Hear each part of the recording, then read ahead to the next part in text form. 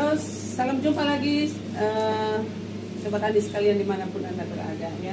Kami sekarang lagi giat untuk menyiapkan ya salah satu bahan pendukung untuk pakan untuk ternak ayam KUB yang sampai sekarang ini masih diusahakan pengembangannya di BRNP NTT ya.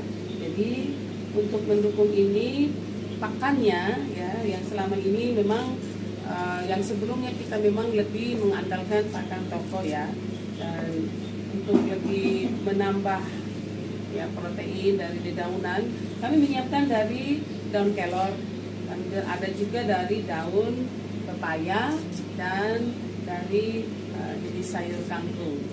Jadi ini dilakukan setiap awal minggu ya, untuk disiapkan untuk 1 minggu. Tapi seperti apa pemanfaatannya, pentingnya daun kelor dan beberapa daun pepaya serta daun kangkung itu, nah, kita dengarkan berikut ini penuturan yang disampaikan oleh Ibu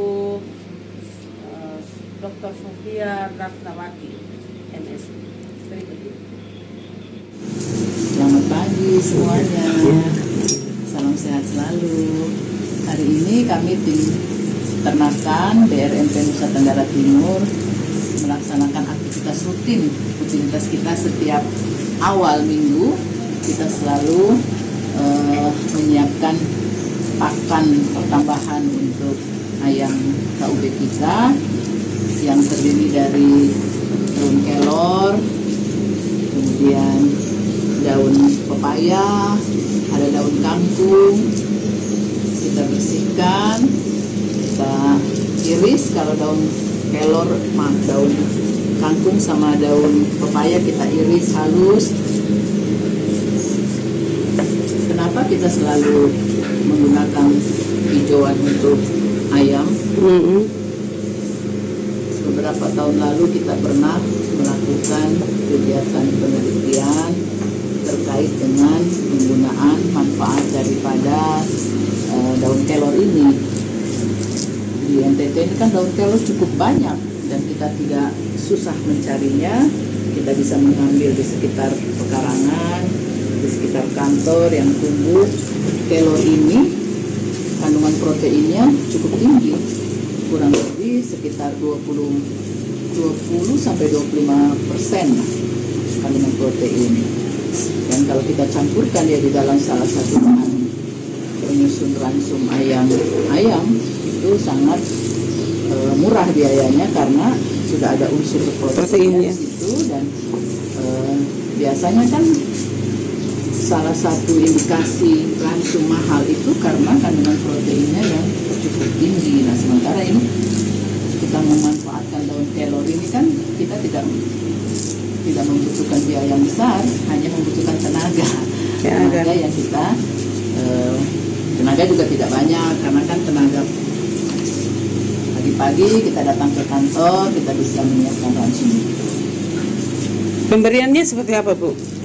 Pemberiannya kita biasa memberikan campuran kelor ini pada setiap hari, dicampur di pakannya. Toko ya, kita kasih saja disebarkan di tempat pakannya secukupnya. Kalau sehari sekali, dari pagi atau pada saat siang hari atau sore hari. Itu ya, untuk daun kelor ya. Daun kelor, daun pepaya. Kalau pepaya? Daun pepaya, daun kangkung kan kita campur nih. Nanti ini kita adakan perlakuan lagi setelah kita bersihkan semua daun kelor dari batang-batang yang halus. Kita akan campur dengan irisan daun pepaya dan irisan daun kangkung. Setelah itu kita masukkan dia di plastik.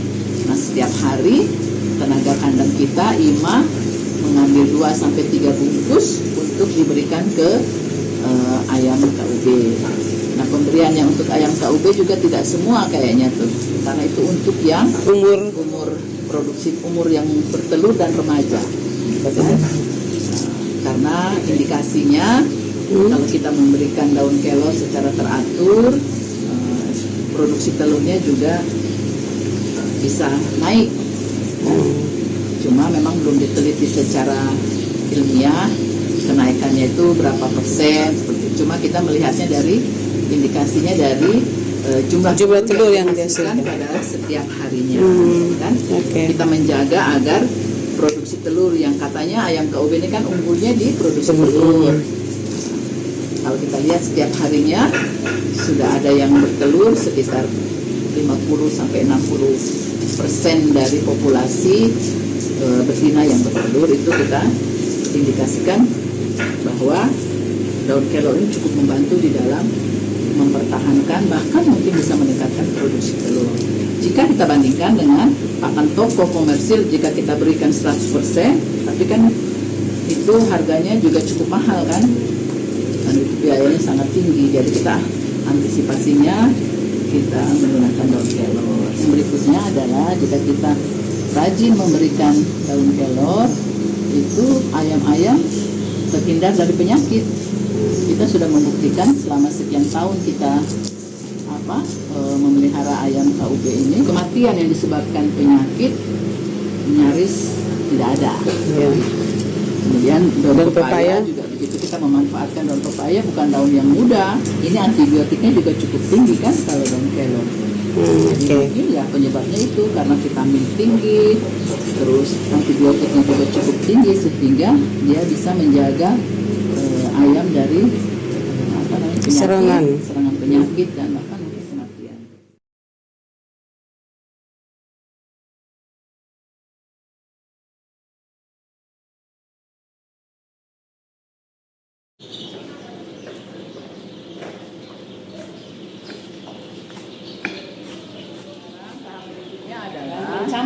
Kita mencampur bahan-bahan baku tadi, yaitu daun kelor yang sudah dibersihkan, kemudian daun kangkung yang sudah diiris, daun pepaya yang sudah diiris, kita gabung jadi satu, kita terus mengaduk-aduk sampai dia merata dan homogen. Biasanya kita kalau mencampur pakan konsentrat itu kita taruh di satu tempat yang luas, terus kita aduknya pakai sekop, karena kita kan ini tidak pakai sekop, kita pakai tangan. Tuhan sudah kasih kita tangan dua, kita aduk, sekalian kita olahraga juga kan? Iyalah, olahraga tangan supaya karena tambah sehat. Umur-umur seperti kita ini kan, kalau tidak digerakkan dia lemaknya banyak, nah kan? Supaya baju seragam bisa cukup sampai kita pensiun gitu kan? Ya Ibu Nike, iyalah. Sudah. Kita kemas dan pemberian hijauan juga ada manfaat lain. Biasanya kan unggas itu kan paruhnya itu suka mematuk-matuk. Ya, apa namanya? Sesamanya. Apa istilahnya kanibalisme gitu kan. Nah, untuk mengurangi sifat kanibalisme, kita salah satu caranya adalah dengan pemberian hijauan. Biasanya pemberian hijauan ini kita berikan setiap hari, yang diberikan bersama-sama dengan pakan toko. Komposisinya sebaiknya sama lah.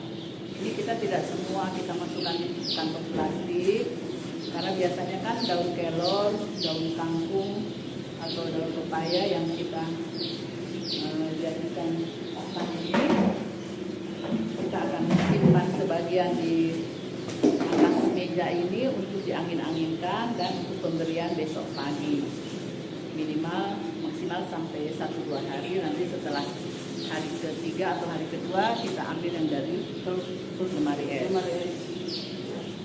Ada beberapa bungkus. Sekitar berapa bungkus nih? 10 ya? Lebih? 16.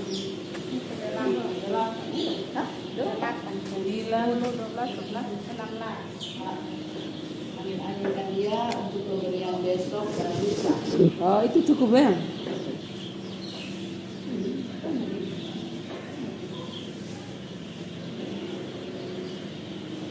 Oke, selesai pencampuran dan pengemasan. Tinggal kita lanjut.